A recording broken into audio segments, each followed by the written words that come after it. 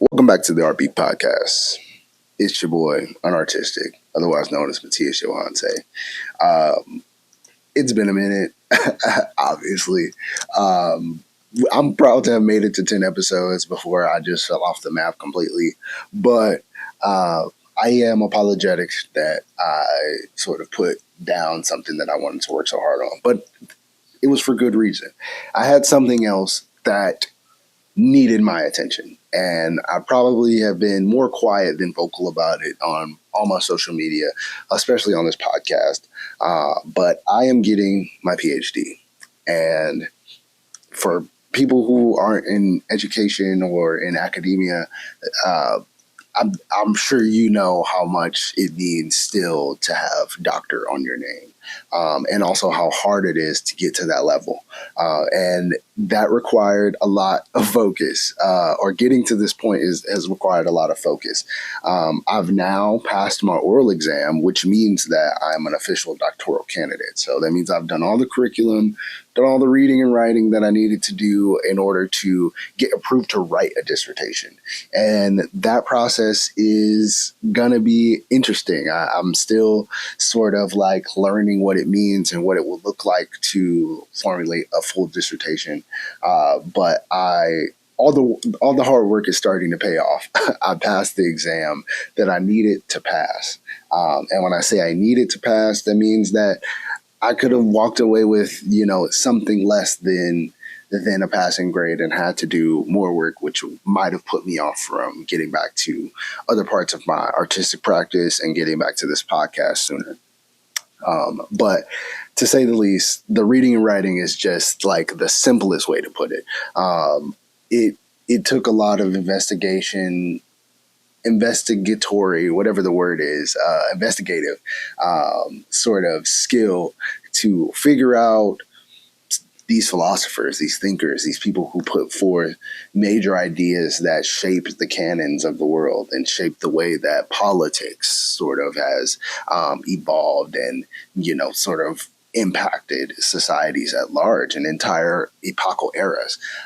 So I'm not going to get into all of that today because that's a whole whirlwind, but I am going to talk a little bit about some of the ideas that I thought were curious, that piqued my curiosity, I should say, throughout my journey of doing the curriculum part of the PhD program. And it centers around this relationship to art and philosophy because I see a definite connection between the two. And I think it's through these, 5 concepts that I'm kind of speaking on very lightly, very generally right now. That it upholds the connection for me. So the first thing is thinking. Everybody thinks. Everybody, from the time you're born to the time you die, your brain is working, is in motion. It's thinking of something. Even when you start to get, even if you are subjected to certain mental illnesses like dementia, or not mental illnesses, but severe medical illnesses, issues like dementia or schizophrenia, your mind is still working. You're still thinking. Thought is still there. And philosophy requires that we think. It is the very act of thinking that pushes philosophy forward. And beyond that, in that act of thinking, it's a questioning. And what that questioning looks like, it can look like anything. And most of those questions have to do with the life we're living, right? In all forms and fashion, even if you're staring at a tree and wondering how the limbs got there, how the limbs got the way that they got, or what happened last night to make that, that tree fall off. Those are all questions about life and about being, and the thinking and the questioning that comes with just being human, being sort of allowing yourself to sort of be open to the world is important. It's foundational. And I would say it's ultimately foundational in artistic practice as well. There are moments where people will say, "Oh, I wasn't really thinking when I made this thing," and I struggle to you know, what is it? I struggle to align with that way of thinking because I'm always thinking when I'm in the creative process, even if I'm not thinking about the thing that I'm currently painting or sculpting or whatever it may be. I'm always thinking of something. I'm always thinking of like work, or I'm thinking of jujitsu, or I'm thinking of like just anything in the world, politics. I could be thinking about the subject, different areas of the subject. I could be thinking about how well this paint is going on, or how crappy this brush is, or et cetera, et cetera. I'm always thinking. And I also find myself questioning, what is this about? Why am I doing this? Is this going to work?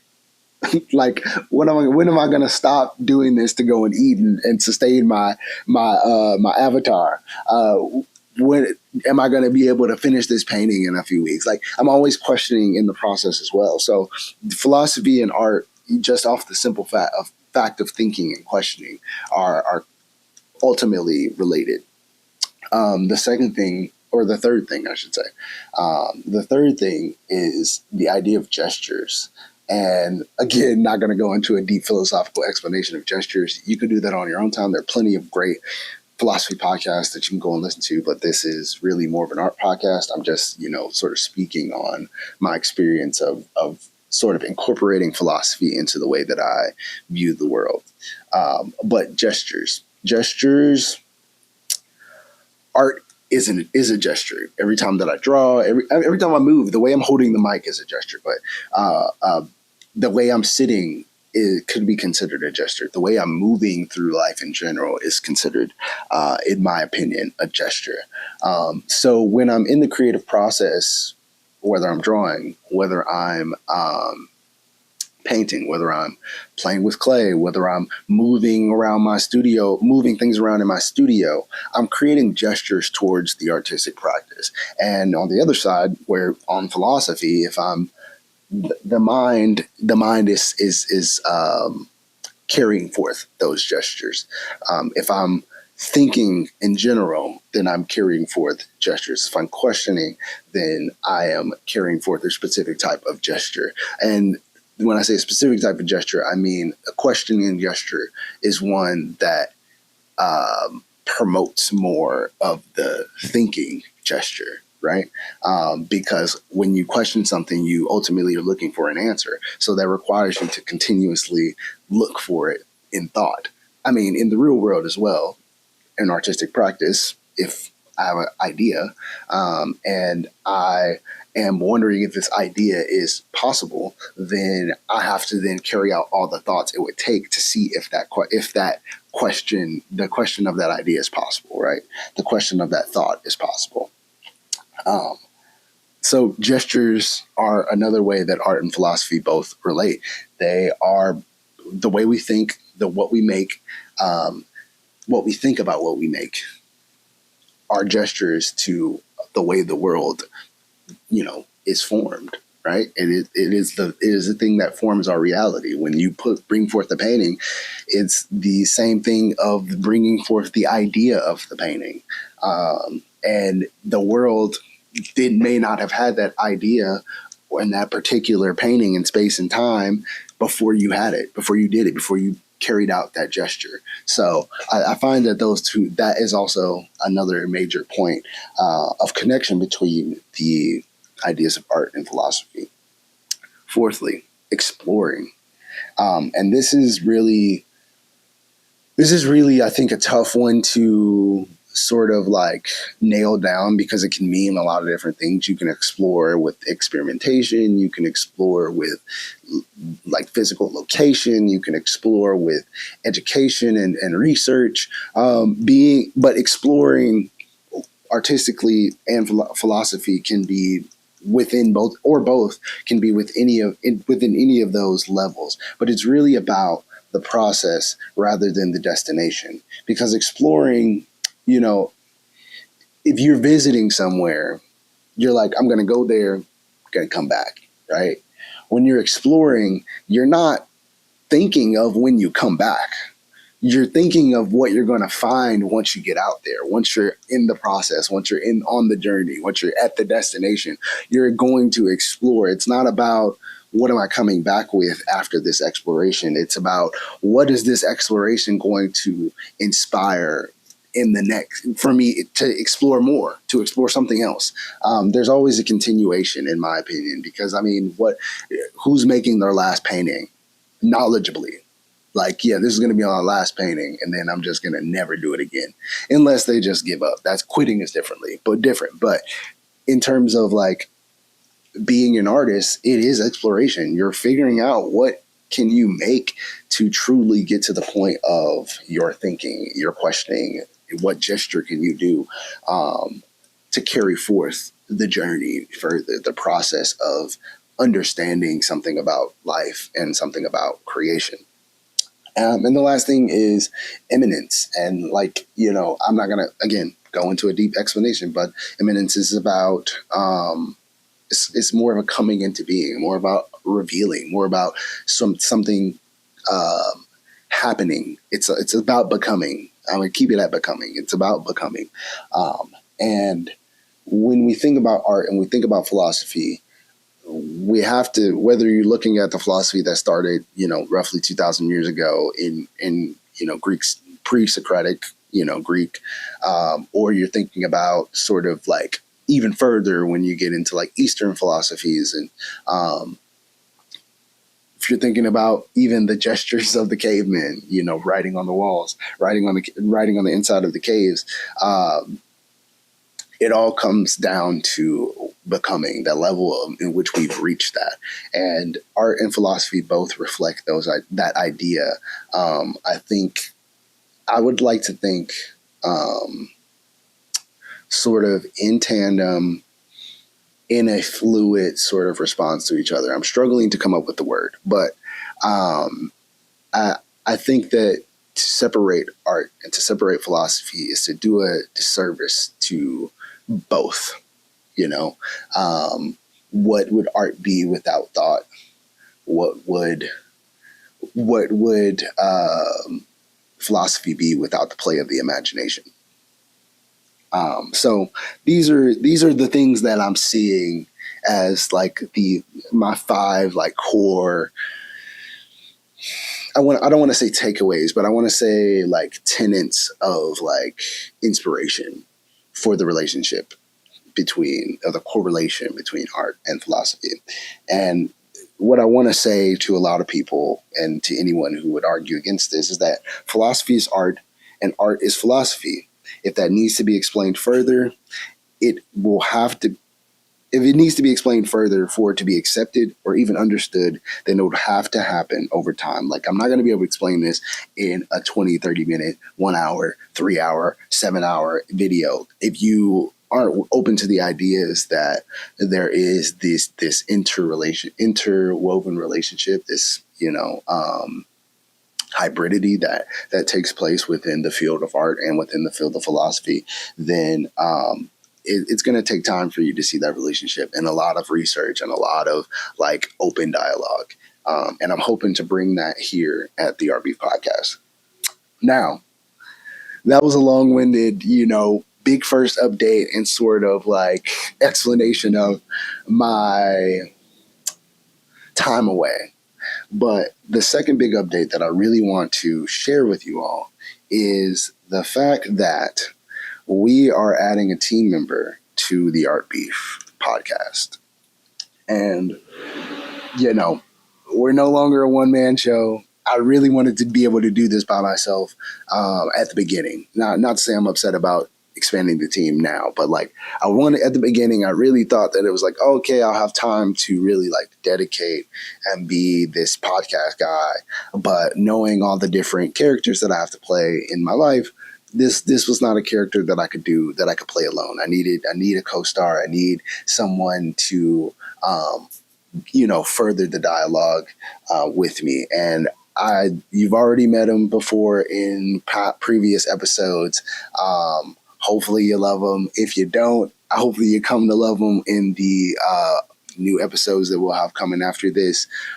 But we are happy to announce that Kenneth D. Randall will be the new co-host and creator of Art Beef Podcast. And I am super excited to have him on the team because I think we both have sort of similar worldviews, but also we have different opinions, different tastes. We come from different fields in the art industry. Obviously, I'm an educator and also practicing artist, but he's also a practicing artist and working as a curatorial and digital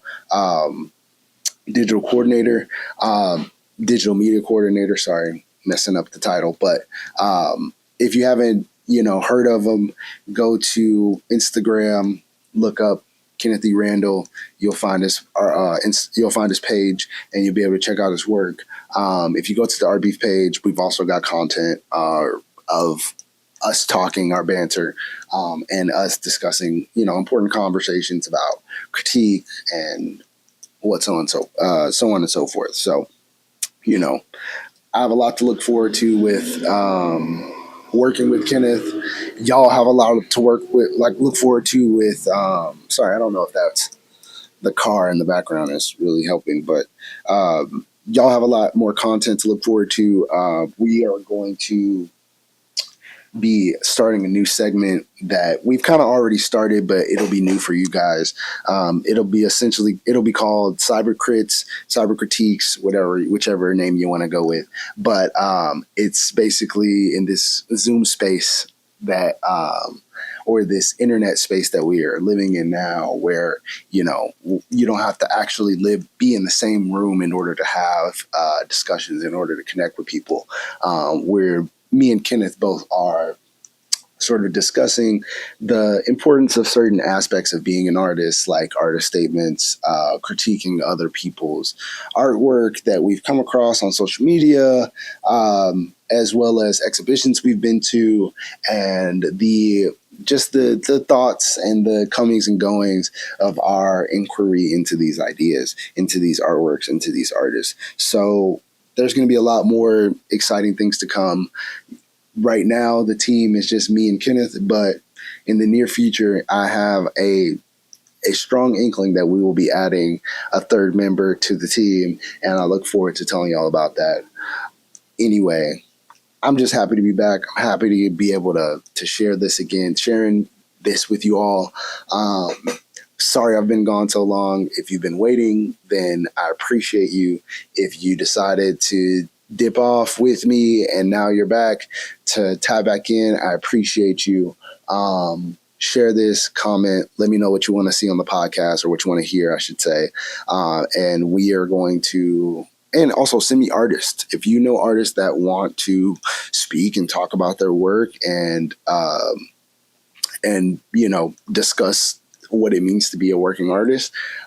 There are small criteria, like not just anybody and everybody can come and, talk about art. There has to be a level of sort of experience with this. But I'm also willing to give experience to people who are like me, who aren't going to be able to wait for, the art news or any of these other major platforms to reach out to them. So let me know, and I'll see y'all later. Sorry, there's one thing I forgot. We have a website. Go to artbeefstore.com. We've got a bunch of stuff on there. A lot of the artwork that you'll see, like the Cordos and I Boogeyman and the Dirty Turds, are stickers and merch of my artwork. Some of Kenneth's artwork is on the way, but most importantly, we have the Art Beef merch on there. We've got hoodies, umbrellas, bags, laptop cases, shirts, obviously. Stickers too. But we also will start doing raffles. Haven't figured that out 100%, but I do want to give away some free stickers. I want to be able to send that out to people right now. Eventually, raffle could get bigger, but I'm able to print stickers on demand pretty quickly and pretty affordably. So I want to start giving that out to people who are actually tapping into the podcast, tapping into the conversation. But ultimately, go check out the website. It looks good on mobile, looks good on web. If you've got notes on anything, you could also read up on us as artists. You could read up on more of the ideas of the podcast and what it's about. Just check it out. Contact us through the website if you want. We get kind of engagement with that. So please tap into our podcast. You don't have to buy anything. Honestly, like, you don't have to buy anything. It's okay if you don't. Just if you do, great. We love you. But we also love you if you don't. We love you if you stay and, talk with us, listen to us, chat back with us, give us things to talk about in the world of art. So yeah, peace out and appreciate you.